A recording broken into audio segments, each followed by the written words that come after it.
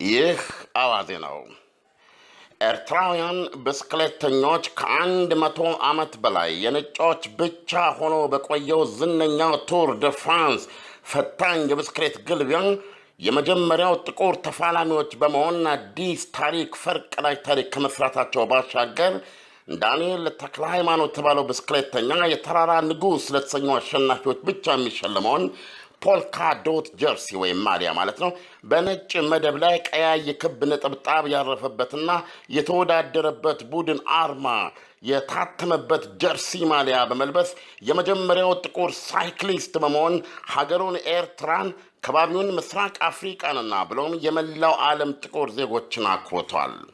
አድማጮች ቱር ደ ፍራንስ ተብሎ የሚታወቀው ገናና ዓለም አቀፍ ውድድር በተለያዩ መልክዓ ምድሮች ላይ ከ3500 ኪሎ ሜትር ያላነሰ ርቀት በፔዳል ኃይል ብቻ መሸፈን የሚጠይቅ ከብስክሌት ጋር የተዋሃዱ በአካልም በመንፈስም የጠነከሩ ልዩ ተወዳዳሪዎችን የሚጠይቅ ፈታኝ ውድድር ነው። ዳንኤል ተክለ ሃይማኖት የቀይ ባህሯን አገር ኤርትራ ስሟን ያስጠራው ትናንት ነበረ። በተራራ መውጣት የቀናት ፍልሚያቸው ውድድር ማለት ነው በበላይነት በመጨረስ የፖልካ ዶት ጀርሲ የማውንቴን ኪንግ ማሊያ ለባሽ ወይም አሸናፊ በመሆን ታሪክ ሰርቷል። አፍሪካ በእንዲህ አይነቱ ዓለም አቀፍ የብስክሌት ተራራ መውጣት ግልቢያ በአሸናፊነት ጫፍ ላይ የታየችው በዚህ በኤሪትሪያዊ ወጣት ዳንኤል ተክለ ሃይማኖት አማካኝነት በታሪክ ለመጀመሪያ ጊዜ ነው። የዓለም መገናኛ ብዙሃን በሰፊው የዘገቡት ነው። ድሉ እንደተሰማ አብረውት የሚወዳደሩት ጓደኞቹ በትዊተር ደስታቸውን ለመግለጽ የቀደማቸው አልነበረም ይላል ሲኤንኤን። ይህን እንደጻፈው የተክለ ሃይማኖት የተራራ ንጉሥነት የተበሰረው በቀኑ ከሸፈኑት 4 ተራሮች የመጨረሻውን አገባዶ በኮት ዲ ትለሊ ተብሎ የሚታወቀው አስፋልት ላይ ሽምጥ በረራ ላይ የቆም እየጋለበ ቀድሞ በገባበት ነበረ። በአራቱም ተራሮች መውጣት ላይ ያስመዘገባቸው ነጥቦች ተደማሪ ሆነው ነው አንደኛ የሚያደርጉት። አሳዛኙና አበሳጩ ነገር ግን የምስራቅ አፍሪካ ብስክሌት ስፖርት ፈርጦች ተራሮችን ማርከው የክብር ማሊያ በዳንኤል ተክለ ሃይማኖት በኩል ሲላበሱ፣ በሌላው የሀገሩ ልጅ ናታንኤል ብርሃኔ ላይ ግን ብራኒስላው ስሞይለው የተባለ የቤላሩስ ተወዳዳሪ የዘለፋ ዘረኛ ዘለፋ መሰንዘሩ ነው። ኤርትራውያኑን ያካትተው የደቡብ አፍሪካ ኤምቲኤን ኩቤካ ቡድን መሪ የቤላሩሱ ተወዳዳሪ ናታንኤልን ብልግናና የቆዳ ቀለሙን የሚያነውር ስድብ የሰነዘረው ናታን ፔዳሉን አፍጥኖ ልፍ ስላለው ነበረ። ለውድድሩ ዓለም አቀፍ የብስክሌት ኅብረት የተመለከተ ሲሆን የቤላሩሱ ተወዳዳሪ ጥፋቱን በማመን የወር ደሞዙን ለአፍሪቃ የመወዳደሪያ ብስክሌቶችን ገዝቶ ለሚሰጥ የእርዳታ ድርጅት እንዲውል በማድረግ ይቅርታውን ለመግለጽ እንደሞከረ ዴይሊ ሜል ዘግበዋል።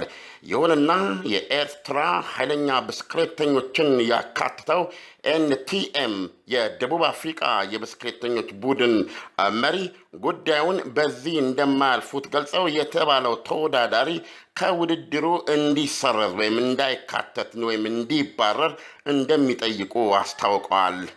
በዚህ ውድድር ላይ በደሞዝተኛነት የሚያገኙት ገንዘብ የብዙዎቹ በሚሊዮን የሚቆጠር ነው። ኤርትራውያኑ ተወዳዳሪዎች ካሁን ጀምሮ በዚሁ ከቀጠሉ በሀብትም ደረጃ ከፍተኛ መጠን ያለው ብር የሚያገኙ ይሆናሉ። ይሁንና የውድድሩ አስተዳዳሪ አካል ዩሲአይ ዓለም አቀፍ የብስክሌት ኅብረት ጉዳዩን በዚህ እንደማይተውም አስታውቋል። ናታን ለደረሰበት ዘረኛ ወይም ደግሞ የዘረኛ ብልግና ስድብ ገፍቶ መሄድ ከቻለና ከቡድኑ ጋር ሆኖ ነው ካመለከተ ይህ የተባለው የቤላሩስ ተጫዋች ከብስክሌት ስፖርት ሊባረር ወይም ለተወሰነ ጊዜ ሊታገድ የሚችልበት መንገድ አለ። በሌላ በኩል ደግሞ ናታን ክብሩ ሊካስ የሚችልበት እድል ስላለ በአዋዜ በኩል በዚህ በኩል አጽንቶ እንዲቀጥል ያሳስባል። አድማጮች ቱር ደ ፍራንስ ተብሎ የሚታወቀው ኃያሉ የብስክሌት ውድድር በዓለም ከሚካሄዱ ታላላቅ የብስክሌት ውድድሮች መካከል ከሶስት ናቸው አንዱና ዋናው ሲሆን ይህ ውድድር ለ22 ቀናት የሚካሄድ ነው። የተለያዩ ደረጃዎች አሉት። ተራራ አለው፣ ሜዳ ሮጥ አለ፣ በተለያየ ቦታ ሽብጥ ግልቢያ አለ፣ የግል የቡድን አለ።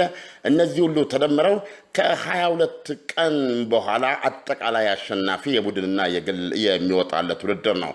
እንግዲህ የተራራ መውጣቱ አንዱ ውድድር ነው። ይህን ውድድር ያሸነፈው ኤርትራዊ ዳንኤል ተክለሃይማኖት መሆኑን ገልጸነዋል።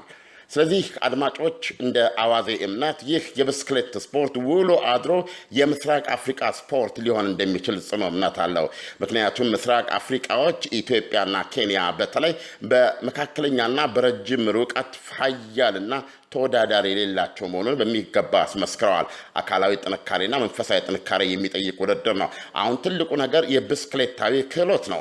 ወደ ኢትዮጵያ ከመጣን አሁን በሕይወት የሌለውና በአንድ ወቅት የኢትዮጵያ ብስክሌት ፌዴሬሽን ገንዘብ ያዥ ሆኖ የሰራው አቶ ጥላሁን ወልደ ሰንበት ለሞስኮ ኦሎምፒክ ኢትዮጵያን ወክሎ የሄደ ብስክሌተኛ ነው። እንደዚህም ሻሎም ስቱዲዮም የሚባል ይታወቃል።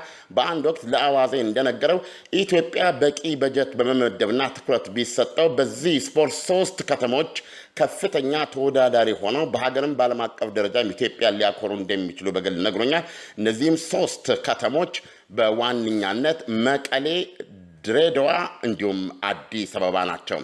አዲስ አበባ በተለይ በጣም ቀልጣፋ ተወዳዳሪ ሊሆኑ የሚችሉ ልጆች ያሉባት ስፍራ ናት። በዚህ በአቶ ጥላሁን አነጋገር መሰረት እነዚህ ከተሞች መቀሌ፣ ድሬዳዋና አዲስ አበባ እንዳሉ ሆነው ደግሞ በተለይ ከብስክሌት ጋር ባላት የተለየ ቁርኝት የተነሳ የጣና ዳሯ ባህር ዳርም ኃያል ተወዳዳሪ ሆና ልትቀላቀል እንደምትችል በሰፊው ይታመናል። ዛሬ ኤርትራውያን በዚህ በቱር ደ ፍራንስ ውድድር ላይ መላው ጥቁር ሕዝቦችን ያኮሩበትን ብቃት ስንመለከት የነሱ አነሳሽነት ደግሞ ውሎ አድሮ በኬንያና በኢትዮጵያ ኃያል ተወዳዳሪዎችን እንደሚፈጥር አዋዜ ጽኑ እምነት አለው። ስለዚህም በበኩሌ በኢትዮጵያ በኩል እነዚህ 4 ከተሞች ላይ ትኩረት ያደረገ መቀሌ፣ ድሬዳዋ፣ አዲስ አበባና ባህር ዳር ብስክሌት ስፖርት ውድድርን ሊያጎለብቱና የኢትዮጵያን ስም ሊያስጠሩ የሚችሉ ቦታዎች እንደሆኑ ያምናል። በተረፈ ለመላ ኤርትራውያን በሙሉ በዳንኤል ተክለሃይማኖት አሸናፊነት ብቻ ሳይሆን 3ቱም የኤርትራ ተወዳዳሪዎች የመጀመሪያዎቹ ጥቁር አፍሪካውያን በመሆን ለሰሩት ጀብድ እንኳን ደስ አላችሁ እንላለን። ይህ አዋዜ ነው።